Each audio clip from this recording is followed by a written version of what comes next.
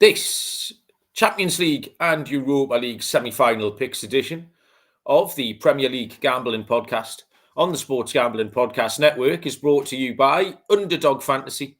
Underdog just launched their new ladders game where you can win up to 500 times your end entry. Plus, use our code PLGP. You can get up to $1,000 in bonus cash. And we're brought to you by Edge Boost, the bank account built for bettors. Sign up today at edgeboost.bet with the promo code SGPN and get a $25 matching deposit bonus.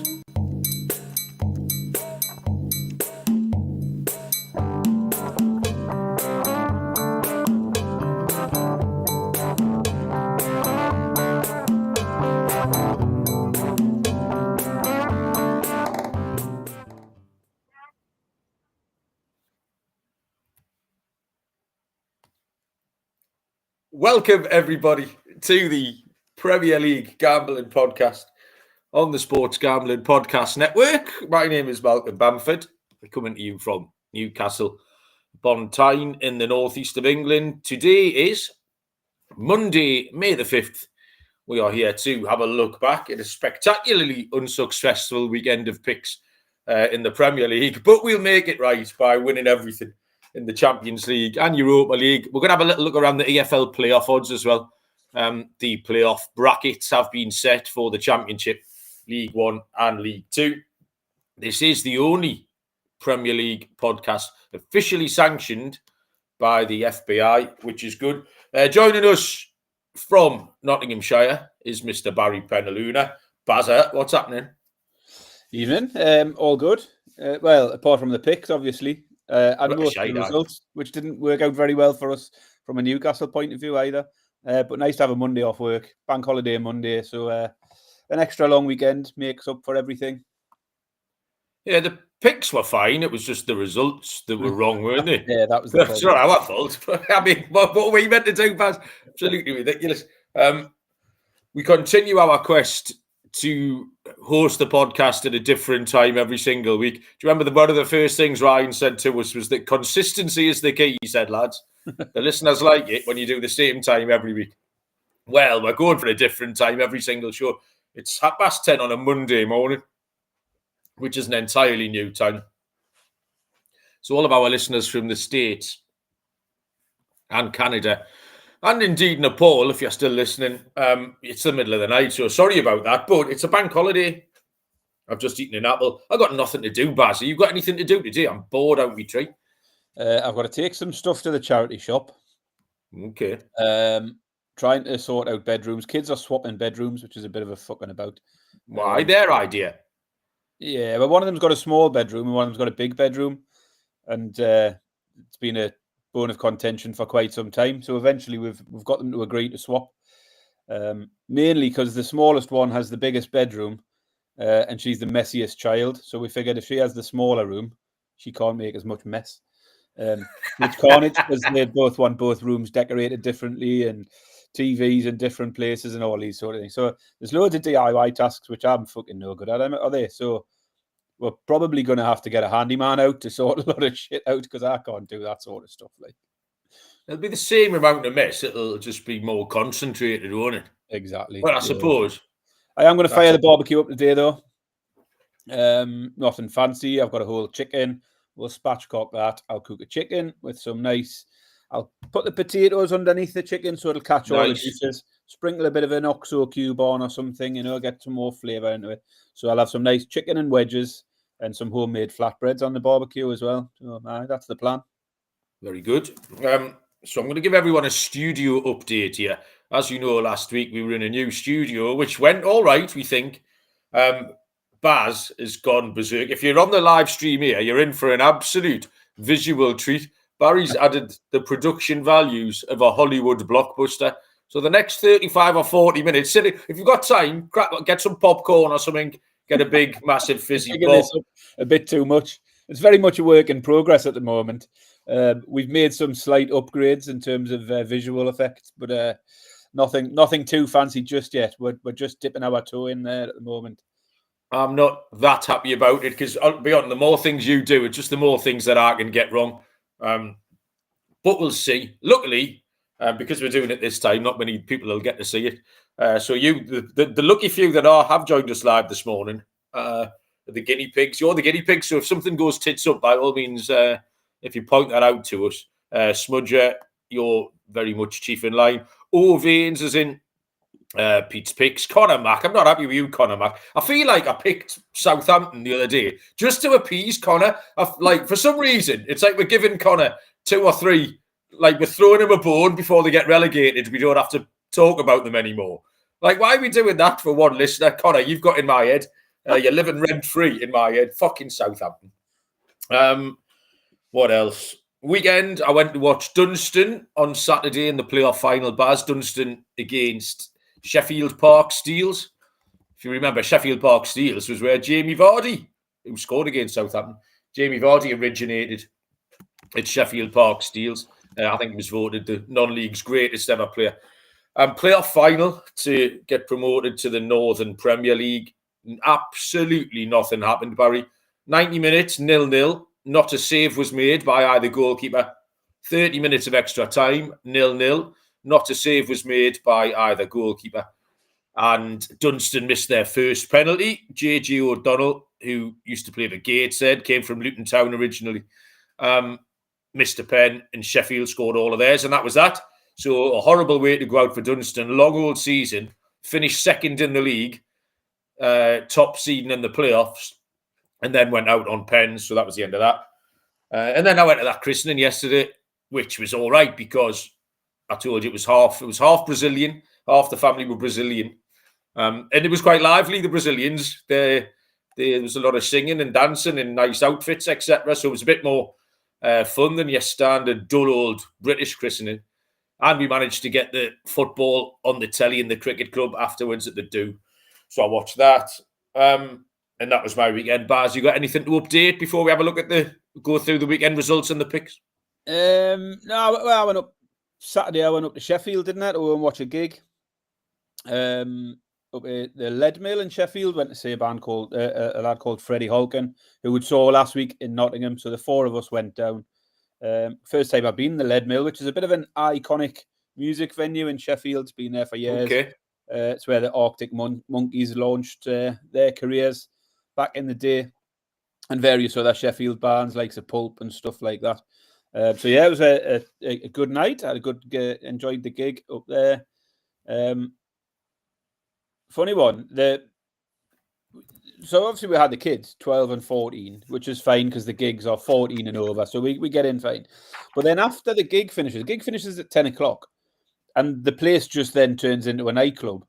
So, the smoke's coming out and then all the music's banging. But they don't at any point kick the kids out. So, it was a bit bizarre. Because they do this in Rock City and Nottingham. But at 10 o'clock, the gig finishes, everyone out. And then if you want to come back in for the club night, you've got to queue up again. And I think you even have to pay again. But anyway, it just turns into a nightclub. And the kids wanted to hang around because they wanted to buy some merch and hopefully see the bloke who'd been singing. But it all just felt a bit weird. Stood there with me 12-year-old in pretty much at a nightclub with just people going berserk. What also astonished me was the prices. Not during the gig, because that was gig prices, £6 a pint and £8 for a vodka Red Bull. But as soon as 10 o'clock come round and the gig had finished, it turned into like 1980s prices. It was Really? £1.50 for a vodka and Coke, £2.60 for a double vodka and Coke, or something like that. £3 a pint. It was proper student prices. It was honestly like you'd gone back to the 1980s. It was great. Unfortunately, I was driving, so I couldn't take advantage of such prices. But yeah, we had a good night. Other than that, finished the football season off yesterday with a fine 4-0 win. Probably our best game of the season. A bit of a tactical masterclass from the coaches there. Nobody abused you yesterday? No abuse, no. We had a young female referee there, and she was being mentored by someone from Nottinghamshire FA. So I think everyone was on their best behaviour because there was the FA guy stood 2 yards from us. So it all went off fairly uneventful in terms of abuse for a change. But strong finish to the season, Malcolm. We were in danger of relegation a couple of weeks ago, and we won 3 of our last 4 games to finish comfortably ahead of the relegation spot. So a successful end to the season. You've David Moyes did, Baz, haven't you? Well done. Yeah. Connor's seen he went to Leadmill, went to Sheffield University, went to Leadmill a lot. Saw Reverend and the Makers there. Me and Baz went to see the Reverend loads, haven't we, Baz? 3-4 times, I reckon. We saw the Reverend lots back in the day, aye. Back in the day, yeah. Very good. Okay, then. We'll get on to the... what we're going to do. The Prem review is what we'll do in a minute. All of our free picks and podcasts on the app. Download the SGP app in your app store. Actually, while I'm talking about that, the other content, I can caveat my terrible fucking week on the football by touting my Kentucky Oaks and Derby picks, Baz. Oaks was Friday. I had the second at 50-1, which was a bummer. I mean, it was all right. You get 10-1 a place, but a 50-1 winner would have meant I could have retired another 10 years of terrible picks. I would have been allowed like 50-1 second.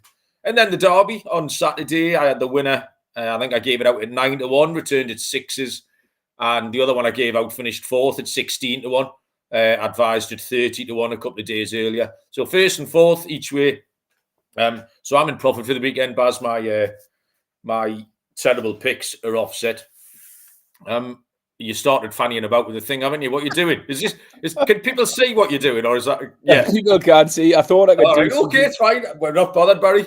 I thought I could do something on the fly there, Malcolm, and it turned out I couldn't. So just ignore that. You're right. Okay, I'm not sure. You see, this is the other thing. I don't know if what you're doing is just for us, or if what you're doing is for everybody.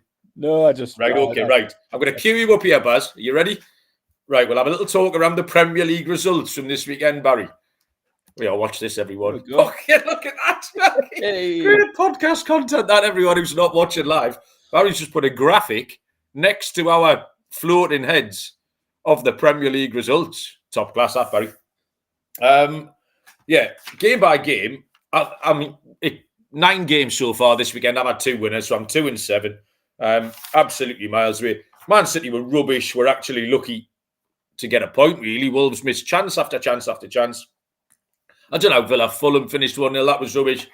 Everton are rubbish. My favourite type of Everton conceded, or Jordan Pickford conceded, my favourite type of Jordan Pickford goal, which is where he's flying through the air like a toddler, nowhere near the ball. And he just looks so like he's a good 6 foot off the ground, end to end. He looks, he's up, his back's arched, his feet are going on, but he's just miles away from the goal. And this happens quite a lot.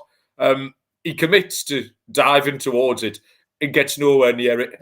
My second favourite Jordan Pickford goal is when he's in the goal. He quite often tries to save it from 2 yards behind the line. But that was a great example of that. Fucking Southampton. What a waste of everyone's time that was. Arsenal are dog shit. Did a bit better on Sunday. Brentford to score on both halves was a great price. 11-8. Told you I like that one. West Ham and Spurs, both teams to score under 5 goals. Nailed that handicap, Baz, which was that Spurs weren't bothered, but West Ham weren't good enough to do anything about it. Liverpool let us down, just phoned it in, which we expected. Chelsea pick up a bonus 3 points, really, but that's just the way the cards fall sometimes. So, yeah, and I thought Newcastle, I watched Newcastle in the, like I said, watched it in the cricket club. I thought they played quite well. And then I got home, I had a little kip because I'd had 4 pints. And when I woke up, I had a little look on Twitter and that. And everyone was kicking off again. But I didn't think we'd done much wrong. And I'm sitting in the pub with Tiger, Simmers, Bob, like people who know their football. And we're all saying, there's no reason we should be 1-0 down. I thought we did enough, at least to get a point, probably win the game. And then everyone was just having an absolute meltdown about it. I also wanted to say a big well done to the referee, who got absolutely everything wrong for the entire game. It was like Bizarro World. Like whatever we saw, ridiculous. He saw something else. Absolutely. So yeah, that was my Premier League weekend, Baz. You? Absolutely ridiculous, the referee in that game, to get so much wrong, as you say. Because 2 penalties that were wrong, no arguments with the ones that were overturned. But the Gordon one, he gives a penalty. Fair enough, you can't give a yellow card because there's no double jeopardy. You can't give a penalty and a yellow card. But when it becomes not a penalty, surely that Lamptey's got to get a yellow card at that point. So I thought that was ridiculous. I never even thought about that, yeah.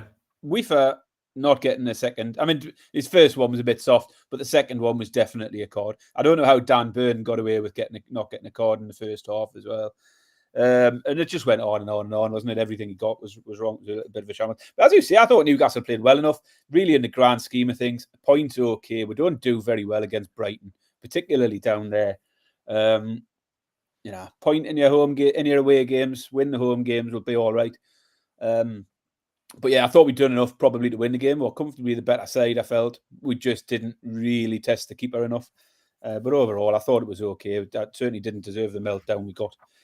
Absolutely no idea what Minter's celebration was.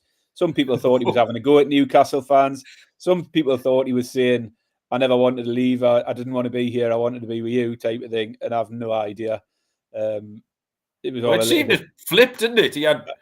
he tried firstly, both of it. It was a bit like, I'm sorry, and then next thing it was all like pointing to the badge and pointing to the pitch and all this. Who gives a fuck? The bloke's never played a minute of football for us. Yeah, exactly. It's just not that big a deal. Like, it's over. Like, nobody needs to care about him anymore. Yeah, my first thought was, I think Minty is grossly overestimated how much anyone gives a shit that he scored a goal for Brighton. It's Brighton against Newcastle. It's not a big game anywhere. He's not a big player. No one cares. All he had to do was kick that in the corner, run off to the corner flag, wave his arms about a bit, and all his mates would have come on and give him a little cuddle. And no one would have mentioned it. But he went through 7 or 8 different schizophrenic celebrations. But I've no idea what all that was about. It was just ridiculous. Rest of your picks, Baz?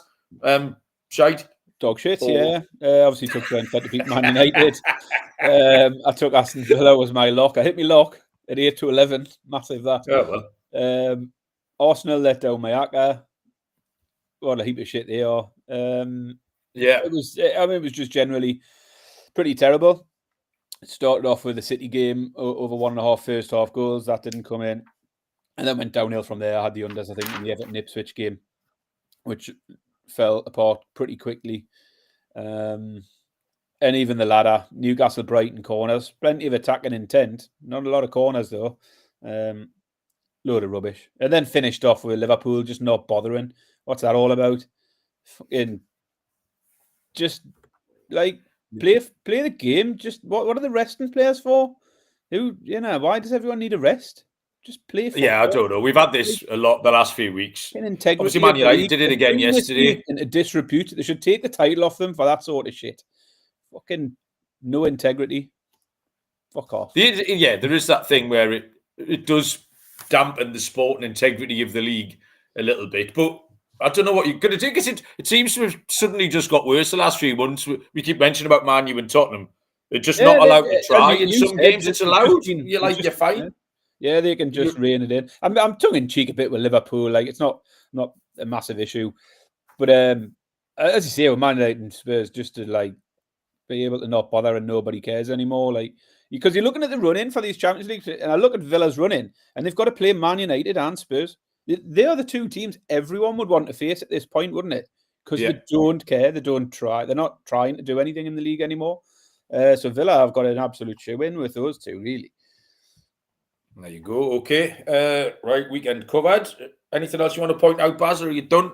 I'm done. Let's make some picks. Make some picks. All right. I'm going to... You have to... Oh, fucking hell. That thing just disappeared there, Baz. That was lovely. Just like seamless. I'll tell you what, I hope everyone's enjoying this at home. Absolutely cinematic stuff here. Edge Boost is the first ever bank account built for bettors, ensuring all gambling transactions are approved. There's no usage fees, no minimums. Earn cashback rewards, 100% approval for all betting deposits. Sign up today at edgeboost.bet with a promo code SGPN. Deposit $25. Edge Boost will match the deposit. Edgeboost.bet, promo code SGPN. And we're brought to you by mybookie.ag. MyBookie is your place to bet on every sport, including the NBA playoffs, plus props for every game. For the true DJs at the MyBookie money bag, you can get a random future bet. We like that. Crypto deposits and payouts are rapid. Head to mybookie.ag, promo code SGPN for a 100% deposit match up to $1,000. T's and C's apply. Mybookie.ag, promo code SGPN. Right, okay. I need to mention Burnley, I suppose, or smudges here. Burnley fucked the league up, didn't they? Had to finish second to Leeds. That was a little bit disappointing. But congratulations to Leeds, popular winners. Right, we'll start on Tuesday. A Leeds thing on the subject of Leeds. Actually, my trip to Sheffield at the weekend was obviously full of people from Sheffield, so who don't like Leeds. So there was lots of anti-Leeds chants. We all hate Leeds, which is fair enough. In the gig? At the gig, yeah, there was lots and lots of chants of anti-Leeds stuff. Most notably, though, Leeds are falling apart again. Was the chant, and I'm thinking they've just literally won the league 3 hours ago. Yeah, they weren't with it. A little bit out of bit out of sync, so that was a little bit odd. Yeah, massive chants going around the venue of Leeds are falling apart 6 hours after they picked up the championship trophy. So, bit of an odd one. Very strange, Barry. Right, Champions League. One game Tuesday, one game Wednesday. Tuesday, 8 o'clock, 3 p.m. Eastern Time is Inter Milan against Barcelona. Inter Milan are 2-1 outsiders here. The draw is 29-10 plus 290. Barcelona 11-10 plus 110. To qualify from the tie, Inter 6-5 plus 120. Barcelona 4-6 minus 150. I mean, hopefully, we get a game that's somewhere near the quality of the game from last Wednesday in the Camp Nou, the 3-3 draw from that first leg. I mean, any analysis of this game, Barry, it was hard for me to get away from the eye test of that 3-3 draw. I sat here and watched it. It was brilliant. So I was familiar with how they played. I was familiar with how they played. And I don't know why I would look, having watched that, like, why would you start farming stats from other things? Like, do you know what I mean? It was such a memorable game. Really enjoyed it. My main takeaway, general feeling from that game, was that Barcelona were better than Inter Milan, as simple as it sounds, Baz. The Champions League record is very good. 9 wins from 13. They've won 4 out of 6 away from home. Crucially for me is they've scored tons of goals, 3.08 goals per game. And it wasn't just against the dog shit teams. They put a few past Red Star early on, but they've put a few past a lot of the decent teams, Dortmund, Benfica, teams like that. Now, they're 4-6 minus 150 to score 2 or more, which is too short. If you can hear any noise in the background, Bob appears to be smashing the kitchen up with a baseball bat. Keep the noise down, Bob. So the 4-6 to score 2 or more, which is far too short. All the goals markets were too short. Barcelona have conceded plenty away from home. They conceded 3-2 against Dortmund, conceded 4 against Benfica. Over 3.5 goals is hit in 77% of the games. So 11-10 is a really fair price for the over 3.5. But having said all that, I go back to my initial thought is I prefer Barcelona to win. I just think Barcelona are a little bit better. So goals markets, I was tying myself in knots trying to find which goals market to get into. And I just thought, whatever happens, I think Barcelona will score 1 more of the goals than Inter Milan. So that's good enough. I'll take Barca straight up, Baz, 11-10, please. Well, you've ended up in exactly the same place as me in terms of the markets you are looking at there. I've got it exactly, come to the same conclusions and between the same 2 picks in the end. I mean, Inter definitely saving their best for the Champions League at the moment. I played down their hopes in this one last week, but once again, they did step up and deliver a great performance. They'd only won 3 of 10 in all competitions, and they'd lost 3 of the last 5 in all competitions recently. But in the Champions League, they're unbeaten in 7 and lost only once in 13 games. They've overcome Bayern, they've beaten Arsenal in the group stage, drew with City, and obviously a good result last week at the Nou Camp. So they are turning up against the big teams. I think they'd lost 3 in a row domestically before last week's games, and I think I probably gave too much weight to that and taken Barcelona in the handicap. But like you say, Barcelona did play well last week. Possibly could have come away with a win, but I'm the same as you. I'm drawn back to Barcelona again. I can't get away from them. They just don't get beat often. I mean, they got beat against Dortmund, but that was really a bit of an odd one with them having won the tie in the first leg. That's their only defeat since December now. Well over 20 games they've played since the last lost one. And loads of form, as you say, for goals in the Champions League for Barcelona. 7 of the last 8 went over 3.5. And 12 of their 13 Champions League ties went over 2.5. The books are on at the goals. The over 2.5 at 4-9 is very short. But I like you, I think Barcelona should get the job done. I was torn between the same two picks, over 3.5 at 11-10. And ultimately, I ended up getting back to Barcelona here at 23-20, which is a price I liked. So yeah, same pick, team ride. Barcelona will win 23-20, but expect plenty of goals on either side, and tag on the over 3.5 for a double if you want. My old hotkey's not working for the unmute Baz. It works when I mute it, but today it's not working when I unmute it, which it did the other day. So I've had to press the button. I mean, it's not the end of the world, but Joe Dollar's woken up nice and early morning, Joe. I'm surprised you didn't catch up on your sleep watching Arsenal the other day, Joe. That should have given you a couple of hours kip, no problem, because they're absolutely shite. We're going to come on to Arsenal as it happens. What a beautiful segue. We'll talk about Arsenal after. I'm going to read this out, Baz. Watch this. Time for Underdog Pick'em. They've just launched a new game, Ladders.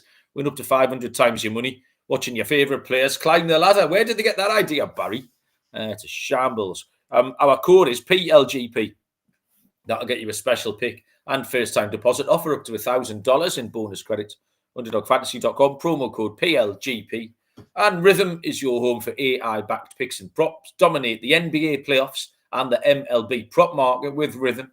Build your own models, simple and easy. And Rhythm knows you'll love it. That's why they include a 7-day free trial. 2 belter deals going on at the minute. 25% off a monthly subscription with the promo code SGPN25 and 50% off an annual subscription with the promo code SGPN50. That's RITHMM, promo code SGPN25 or SGPN50. Get your 7-day free trial. sportsgamblingpodcast.com/rhythm. Okay, second game, Wednesday, 8 o'clock, is PSG taking on Arsenal. In the 90 minutes, PSG are 11-10, plus 110. The draw is 12-5, plus 240. Arsenal are 23-10. Just check that price. No, 5-2 Arsenal, plus 250, Baz. Yeah, I mean, I struggle to get my head around Arsenal at the moment because they go from looking bang average in the Premier League at the weekend and then looking really capable in the Champions League. The 2 performances against Madrid were really good. And they did okay last week. PSG could easily have scored more, but similarly, Arsenal could easily have got on the score sheet and probably, it wasn't. It was certainly, they've served up a better performance than they've been doing in the Premier League recently. So I just can't work out if Arsenal are very good or not. I know the answer, Barry. I think you do. You've alluded to it a few times already. And I'm leaning that way. I just don't think they're of the calibre that will go and win this Champions League. Lots was made of Thomas Partey missing last week. Well, he was back at the weekend. And he didn't make a jot of difference there. And Arsenal were pretty much full strength. You talked about that game, saying you thought Arsenal might rest a lot of players. They played pretty much everyone, I think, at the weekend in terms of what was available. And still couldn't beat Bournemouth, who weren't winning games against anyone. PSG lost again on Saturday in the league. We said before, the first leg, you can pretty much ignore the league form. It's largely irrelevant with them having secured the league. So it's the question is whether Arsenal can lift their levels again like they've done in the last 3 Champions League games, potentially. And I'm just not sure, really. The difference here is they're at the... I think they were home in the second leg, weren't they, against Madrid? Was that right? I don't know. I might have that wrong. But going to PSG, I just don't fancy their chances. Villa gave a very good attempt at turning over PSG in the second leg, but that was at Villa Park, away from home. I think this will be a different story. PSG at home in the latter stages of this competition, they scored 3 against Villa, 7 against Brest, 4 against City. There's only Liverpool who kept them out. And that game could have saw PSG score 3 or 4 if Alisson hadn't had the game of his life. I don't think Arsenal can stop PSG scoring. And then I think it becomes a big challenge for Arsenal if they need 2 or 3. I think PSG will qualify, but with them not needing to win, I steered away from a straight-up PSG pick. I like their attacking threat. The goals record at home is good, and I'm going to take PSG on the team total. PSG to score 2 or more feels a little bit like deja vu, because I took it in the last leg and lost. I took it against Aston Villa twice and won. But yeah, PSG to score 2 or more at 4-5. I've got a hotkey update, Barry. If I'm on the comments bit, then if I press the hotkey, I think it thinks I'm trying to type a message. So when I've looked at my little message box, I've just got loads of M's where I've sat pressing M for the last 20 minutes. So there's about 52 M's in the comments bit. If I go off that, then it knows I'm not trying and the hotkey works again. So, we're learning on the job, Baz. This is all good stuff, this. Absolutely. Endlessly fascinating. PSG were very good last week in the 1-0 win. And again, my biggest takeaway from that was the first 20 minutes when PSG just didn't allow Arsenal the ball or into the game at any point. Scored a goal, really, would be disappointed they never got a second one. We've got quite a body of evidence now on PSG, having seen them play Premier League opposition 5 times over the last few weeks. And apart from 30 minutes in the second leg against Aston Villa, when they got a little bit rattled, they've been very impressive. And my notes allude to what you were just going to say, Barry. I've said this repeatedly, but Arsenal just aren't top class. And I'm not prepared to forgive that another poor performance on Saturday. Like, why is that allowed? That at home, they're supposed to be a premium Premier fucking league winning, Champions League challenging Premier League team against one of the also-rans in the Prem in Bournemouth. And they just roll up and get beat again. The list of teams that they can't beat is fucking endless. Like, and where everyone else seems to think it's all right, I'm not buying it. Like, and they shouldn't be selling it. It's a load of bollocks. So yeah, it's another poor performance. Arsenal's hopes here are pinned on those performances against Real Madrid. But I've said previously, I wasn't convinced by them. I think I'm getting the better team at 11-10. And PSG do look full of goals, and I don't know if Arsenal can keep up. If PSG score twice, I don't know if Arsenal can keep up with them because they don't have a striker. What's Declan Rice going to... He scored again at the weekend. Is he going to make 3 long-busting runs from midfield or score 1 of those and add 2 free kicks in? I'm not having it, but I'll take PSG at 11-10 plus 110. Joe is not putting his balls on the line. He's going to take the overs, Joe. He's not taking Arsenal to win. Anyway, Joe, hope you have a lovely time watching it. Good luck and all of that. We move on to the Europa League games. Don't think we made... You'll have to cover these because I haven't got anything on this. You haven't done the Europa League? I thought you told us not to bother. Why? I thought we were doing the EFL Playoffs in lieu of the fact that the Europa League was shite, is what you said. Yeah, but there's still bets to be had. Honestly, Barry, the last few weeks, this is the 3rd time in 4 shows you just refused to do half the game. We could do playoff picks, just the winners from each division, because the Europa games are shite. So I thought that meant we're just going to ditch the Europa game. Yeah, it's because the Europa content was going to be more truncated than usual, Barry. Well, you do Europa content. I've got some fucking... Right, okay. In the EFL 3 weeks out of 4, Barry's just not bothering doing half the stuff. Look at his face as well. Absolutely disgraceful. Right, these 2 semi-finals. They were weird because of the score lines coming into the second leg. 8 o'clock Thursday, 3 p.m. We'll start with Bodo Glimt against Tottenham Hotspur. Tottenham lead 3-1 from the first leg. In the 90 minutes, Bodo Glimt are 2-1. Tottenham are 5-4 plus 125 with a draw at 5-2 plus 250. To qualify, Bodo Glimt at 8-1. Tottenham are 1-12. So 3-1 to Tottenham, and they really did expose a little bit of a gulf in class last week because Bodo Glimt, as competitive as they have been in this competition, the opposition isn't up to much. And they have got a ton of injuries, particularly at the back. Tottenham do look a lot healthier. They've got more options. They've got the best players back. I still don't trust them. I've got no intention of picking Tottenham to win any game of football that price. We took both teams to score last week. It was 10-11.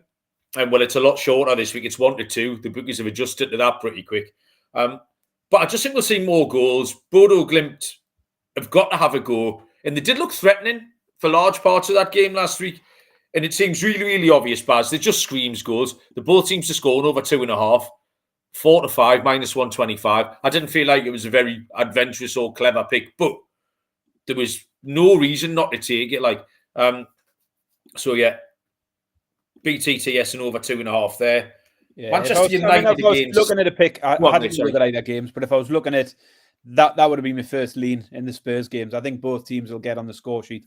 So I would definitely have looked at goals in that one. The second game is...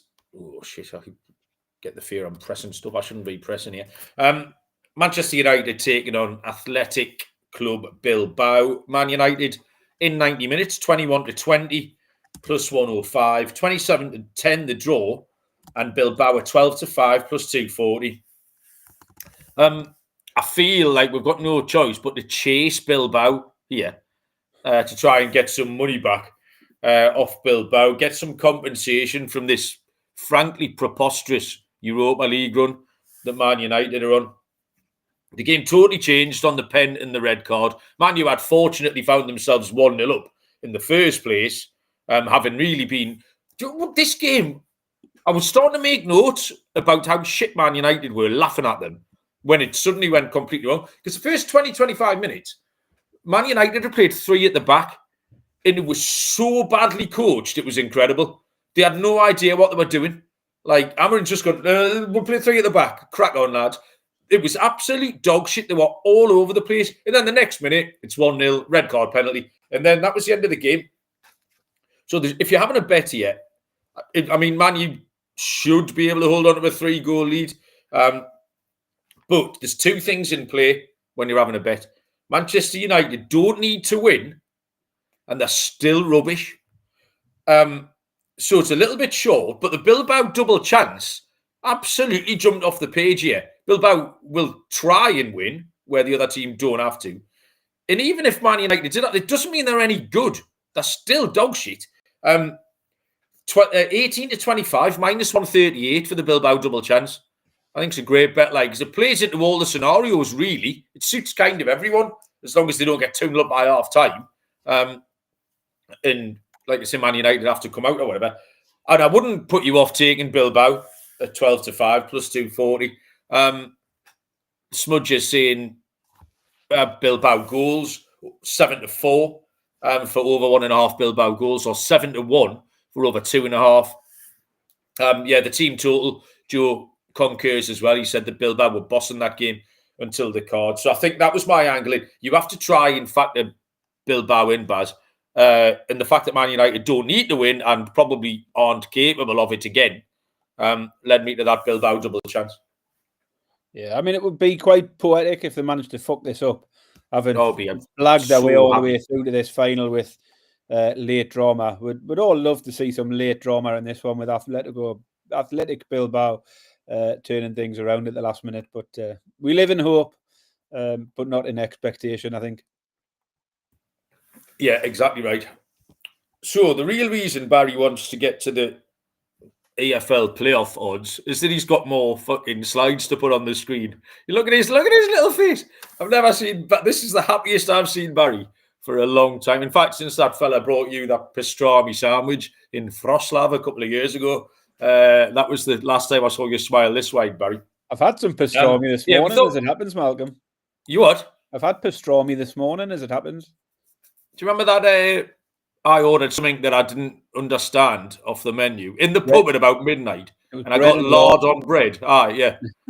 Like an inch doorstep bit of bread with an inch doorstep lump of lard on the top. Like, just what you want that. To be fair, soaking up like 12 pints of premium Polish lager.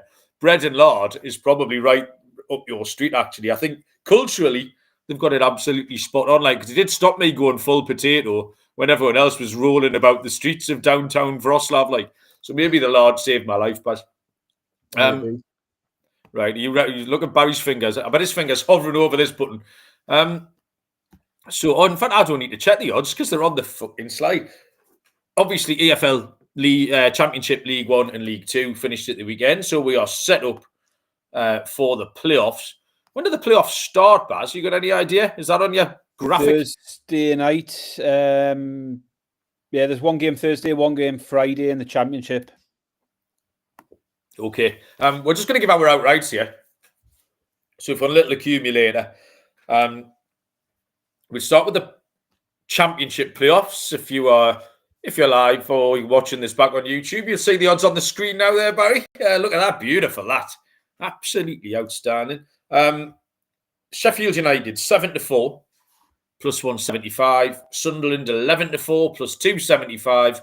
Coventry City, 3-1. Bristol City are 4-1. Obviously, two-legged semi-finals and a Wembley final. Yes, Sheffield United take on Bristol City, and Sunderland will play Cardiff. It's 3rd v 6th and 4th v 5th. Same format for all three divisions, for anyone who's not hugely familiar. We'll let you lead off, Baz, because I've just done the Europa League stuff. Yeah, I mean, first thing to say, we've got the odds on the screen, but shop around because you can definitely get some better prices. When I've landed on my picks, some of the prices are a little bit better elsewhere. But I always think coming into this, I want to look for a team that's coming into the playoffs with a bit of momentum. Looking for a team that maybe's come with a late run to get into the playoffs and in really good winning form. And none of these four fit that bill at all. Coventry have won only 3 of their last 6. Sheffield won 2 of their last 7. Bristol won 1 of their last 5. And Sunderland have just lost 5 in a row. Picked up 1 point in their last 6 games, Sunderland, and scored just once. Sunderland and Sheffield United's fates were sealed some time ago. Sunderland have been locked into that 4th position for a long time. Sheffield United were always going to finish 3rd for the last few weeks. So you can possibly forgive them some of the recent results. But Sunderland in particular, I don't know what they've been doing for the last few weeks, but it can't be good for any team to come into this playoffs so cold. 1 point from 6 games and only 1 goal scored in that time. So I think I'd strike a line through Sunderland straight away. Absolutely awful form at the moment. Sheffield United is favourites due to finishing well ahead. I think 14 points higher than the next best. Don't have a good history in the playoffs. They've never been promoted via the playoffs in 8 attempts now. I mean, that's history. It's not necessarily going to play into this, but still not a great stat for them. But it's 7-4. I thought I'd rather look elsewhere than Sheffield United, who've been a little bit underwhelming towards the back end of the season. Bristol City have scraped their way into this, courtesy of Blackburn not being able to see out a win, having taken the lead against Sheffield United the other day, a result which I'm sure Lee was happy with. They're shipping loads of goals, Bristol City, in recent weeks, 9 in the last 3 games alone, and they've got no clean sheet in the last 11.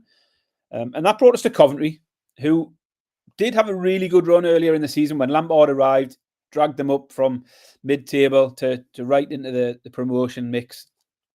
That form did drop off a little bit towards the end of the season, and they had to dig in and get a really big result on the last day against Middlesbrough to secure their places. But at the prices here, I think I prefer Coventry. They've got a good record against both Sunderland and Bristol. Neither of those teams have beaten Coventry this season. They've had a win and a draw against both of them. They did lose to Sheffield United away from home, but obviously they can't face them until the final at Wembley. And I like Coventry because they've got Sunderland, who I think are the weakest team in this, certainly in terms of form. And the other thing was the recent experience for Coventry. They've been to Wembley twice in recent years. They had the playoff final. They had the semi-final against Man United. So they've been involved in some big games at Wembley recently and might just sort of be a little less phased should they get there, having been there a couple of times recently. So I'm going to take Coventry because they've got an easy first rounder against Sunderland. And then, Sheffield United can't win the playoffs. Coventry with a Wembley experience. 3-1 Coventry to win the Championship playoffs. Shop around. You can get around 100 to 30 if you do. My notes are fairly identical, Barry. immediate line through Sunderland for several reasons. We're never going to pick them. We hate the fuckers. But also, for some reason, they've just decided to give up. Since they had to march off, crack on, lads, do what you want. We'll see you in the playoffs. I'm not sure it's going to work. So immediate line through them. Bristol City did not respond well to pressure in the final few weeks of the season. Sheffield United haven't finished well, and 7-4 is too short. So what you want here is opportunity, for one thing. So having put a line through Sunderland, that gives Cov the opportunity to get into the final. So there won't be 130 when we get into the final at Wembley. And I did make a note of that Wembley experience, Baz. We've mentioned it quite a lot recently. Newcastle won the EFL Cup, Barry dominating Liverpool at Wembley, making them the most decorated team in English football since March the 16th, 2025. I don't know if you remember, that was good. But that experience at Wembley was quite important, and Coventry can use that, those couple of games. So, yeah, I've got Cov at exactly the same price. Hadji Wright FC, says George. Oh, he's American, isn't he? His old Hadji Wright. Yeah, there you go. So, a little homer play for our cousins across the Atlantic Ocean. We'll take Hadji Wright to score a hat-trick in the playoff final. Moving on to League One, Barry. Go on, press the button, Baz. Okay, I'll get in. Look at that. This is the complete opposite to the Championship, because everybody finished like they'd been shot out of a cannon. The first thing I want to mention is I was sorely disappointed by Reading shit the bed on Saturday, because my 66-1, if you all laughed, you all remember laughing about that, people? Yeah? If you can just DM us an apology, it's fine. They got the takeover went through on Saturday morning, so Reading were absolutely fine, which made the 66-1 one of the greatest prices of all time. And then they got beat on Saturday afternoon. They got absolutely shellacked at home to Barnsley for some reason, opposite Huddersfield anyway. They shit the bed and finished one place outside the playoffs, which was sorely disappointing. So what we've got here is Stockport County at 2-1, Charlton Athletic at 12-5 plus 240, Wycombe Wanderers 12-5 plus 240, and Leyton Orient 9-2 plus 450. So 3 of the 4 teams are in excellent form. Stockport are the best team left in this competition, but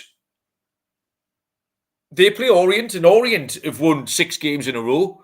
So that's not a easy game for Stockport.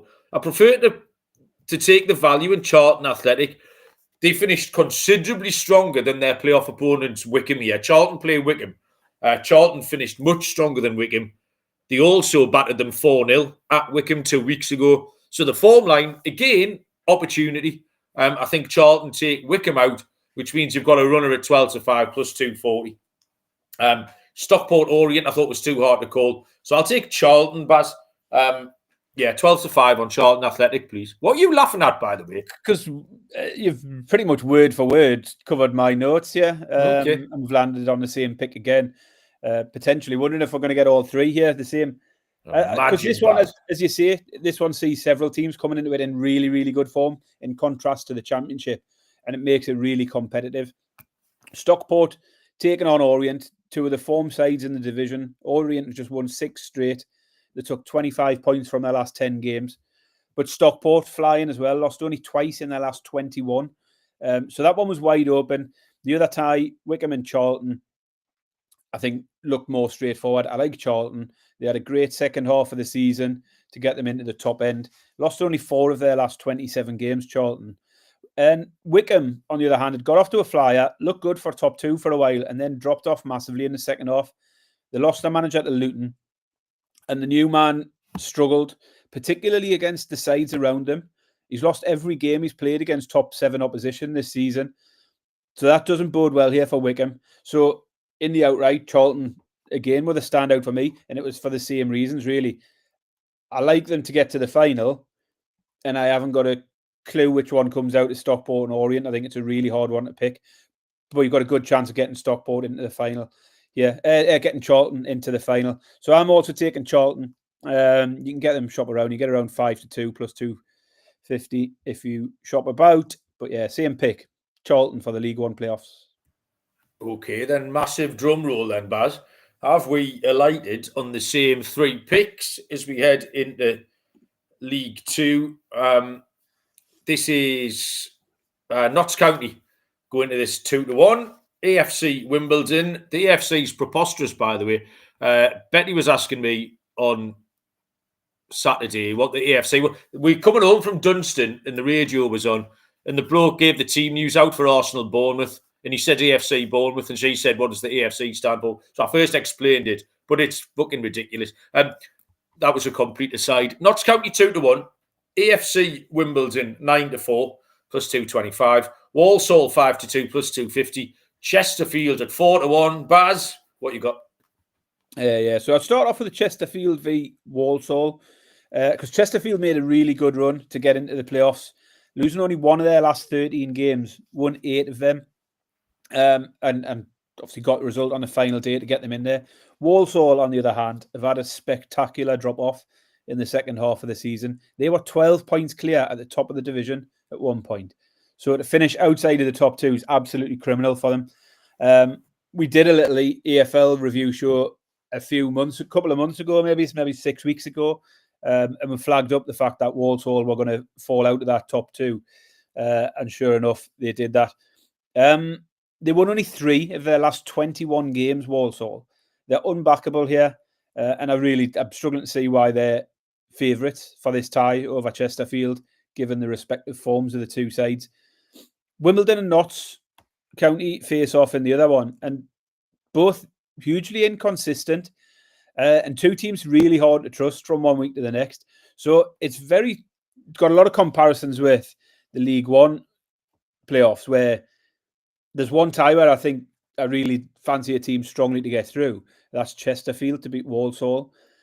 And then the other one, I'm finding it really difficult to pick a winner between the 2. So on a similar basis, for the outright, I like Chesterfield here. They're actually the outsiders of the 4-1. But with a plum tie against Walsall, get past that. And I don't think they'll fear either of the other 2, because as I say, they're not putting up results consistently enough to strike fear into anyone. So I'm going to go for Chesterfield here at 4-1. A little bit of value play. Take the underdog.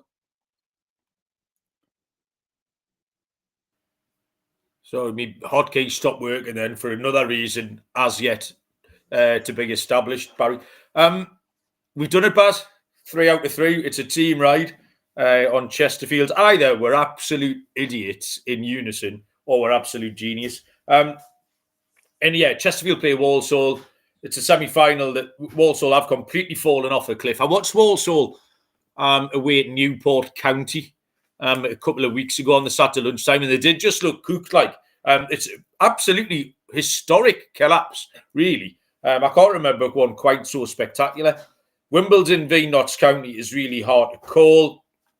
And Chesterfield actually come into this with the best form of the teams. These 4 teams were covered by 7 points. There wasn't a big disparity. It's not like Sheffield United, who were a gazillion clear of everybody else. So you could throw a blanket over these 4 teams. Chesterfield at 4-1, Baz, was my pick for pretty much the reasons you outlined. So I've just plumbed that into 365. And the treble is coming out. You what, mate? I'd already done that earlier. I'd put mine up as a treble anyway. So what you got 70 there? to 1. 70s, yeah, 70.41 to 1, actually, Baz. So yeah, happy days. We'll fill in a little bit of that with our winnings from the Champions League and Europa League this week. Coventry, Charlton, Chesterfield treble, 70 to 1. All the C's as well. There's got to be something in that. Oh yeah, of course. Yeah. C for champion, isn't it? I'm not sure how that can lose, but I'm also not sure how we've talked about virtually nothing for 54 minutes, which is relatively impressive at this time on a Monday morning. I think we're done, Baz. He's put that slide away. Look, Barry's big head slid back across to the side there. Absolutely glorious ad, Barry. Honestly, there's going to be all sorts getting thrown around graphically. So if you're not regularly on the YouTube, you should really start. And if you are on the YouTube, you should definitely give a thumbs up for all of the editorial effort that's gone into this show. We are fucking just developing all of the time, and people need to show some appreciation for that. You know, when people say stuff like, "Oh yeah, I saw Radiohead at the Oxford fucking Corn Exchange in 1988," I was like, there was only 7 of us there. Like, I was at the first ever Radiohead gig. That's what this is now. So when me and Baz are like presenting Football Focus, I don't want to hear, oh, well, I was there when they were on YouTube on a bank holiday morning. Because if you're lying, there's 7 people watching this live, and those 7 people can be issued certificates. When Barry was first starting to slide graphics left and right and all over the place, you 7 are allowed. The rest of you, they're all shysters. I don't want to hear it. Baz, anything else you want to tell the people before we allow them to go and crack on with the bank holiday? I had one thing that made me chuckle the other day, and it sort of related a little bit to my childhood, Malcolm. It was the entrepreneurial spirit of the youth of today. Chloe and a friend went off to Nando's on Saturday. They went into town, done a bit of shopping, went for Nando's. They came back with pockets full of sachets of peri peri Nando's salt. What are you going to do with all this salt? She went, the kids at school go wild for the peri peri salt on Chip Friday. So they're going to sell. So what? Apparently, Chip Friday is a thing. Nobody has a packed lunch for Fridays. They all go in for their chips. And Chloe and Zara will be walking around with sachets of peri peri salt, selling them to anyone who'll. How much? Who wants them? I don't know what the going rate is yet, but that's exactly the type of thing I would have done when I was at school. Like, I love trying to fleece people out of money for various things. But yeah, there you go. That made me chuckle. They come back with about 40 sachets of salt from Nando's to sell on Chip Friday. So I'll find out how much they make this week. I don't know if I've mentioned this before, but my first entrepreneurial experiment at school, I ran a book on the 1987 FA Cup. And I would sit in the library and take bets. Like, so people were coming up and having 10 pence on stuff. But I got fucking caught. Banner, the idiot, me mate Banner, stood up in the library and shouted, roll up, put your bets on here, which didn't go down well. Obviously, the librarian then comes across. I've quickly tried to hide my ledger, got entirely in trouble. And I would have cleaned up because it was a Coventry one. Coventry beat Tottenham. I remember Danny Waite had 10 pence on Tottenham. It's 7-1. No one had backed Cov. I would have absolutely cleaned up, but I had to refund all the various 10 pences and stuff. I mean, I did all of that. I used to run a book with absolutely terrible odds. You know, it was being the Newcastle game, so I'd be offering like 4-6 for Shearer first goal scorer or something like that, while the books were offering 3-1. And sweepstakes. But actually, my teachers used to get involved in some of it as well. No I ran a sweepstake on the Euros. It must have been Euro 96. And I remember specifically, I was sat in an exam, doing an exam, working my backside off as because I was so successful in those exams.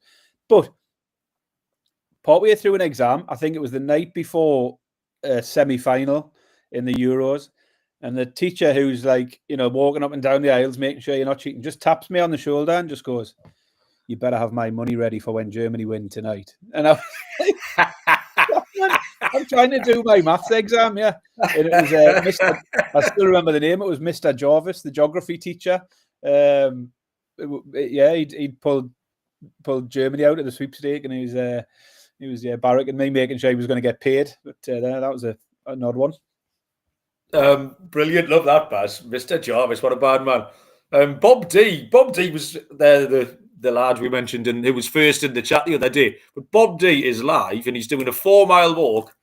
And his Radiohead analogy, it's like Pearl Jam in 1991 in Seattle, apparently. Joe went to say, I love Pearl Jam. I used to be in a band called the Mallets, and one of our favourite songs was Don't Laugh at That, Barry. It's not because I was called Mal, by the way, that I'll explain the Mallets. We had Alive by Pearl Jam, was very much on our set list. No, we were called the Mallets because the drummer was an absolute idiot. And one of his he used to booby trap people. He was like Wile E. Coyote. And one of his favourite things was to hit someone on the thumb with a mallet. He'd also, his second favourite thing was to heat up the front of like a can of pop with a lighter and then offer you a drink. So you'd have a drink and burn your lip. That's just something he does stuff like that all the time. And he's a policeman now. No wonder the country's gone to shit. Like, he's an absolute sadomasochist. I won't mention his name. But that's why we were called the Mallets. But anyway, an hour, Baz. I thought this was going to be 28 minutes of low-grade picks. We've turned it into an Well, hour of as it absolute turns out, gibberish. we've So. saved the best 5 minutes for the end with a lifestyle chat as well. So Yeah. hopefully people stuck around. There was some good stories in there. Yeah, I was enjoyed all of that. Right, thank you very much. We'll be back maybe Thursday. We could get on a little hate watch of something and then give out some Premier League picks. So thank you, everybody. Well done, Barry, with your slideshow and all that malarkey. That was very exciting. What do I do? Right, hang on a minute, Barry. What do I do now? Just press the down arrow. I'll bring you intro music, outro music, won't it? So. Press the down arrow, yeah? Yeah. Right. Good luck, everyone. I'm going to press the down arrow and we'll see you down the road. Hasn't fucking worked, Barry. You do it.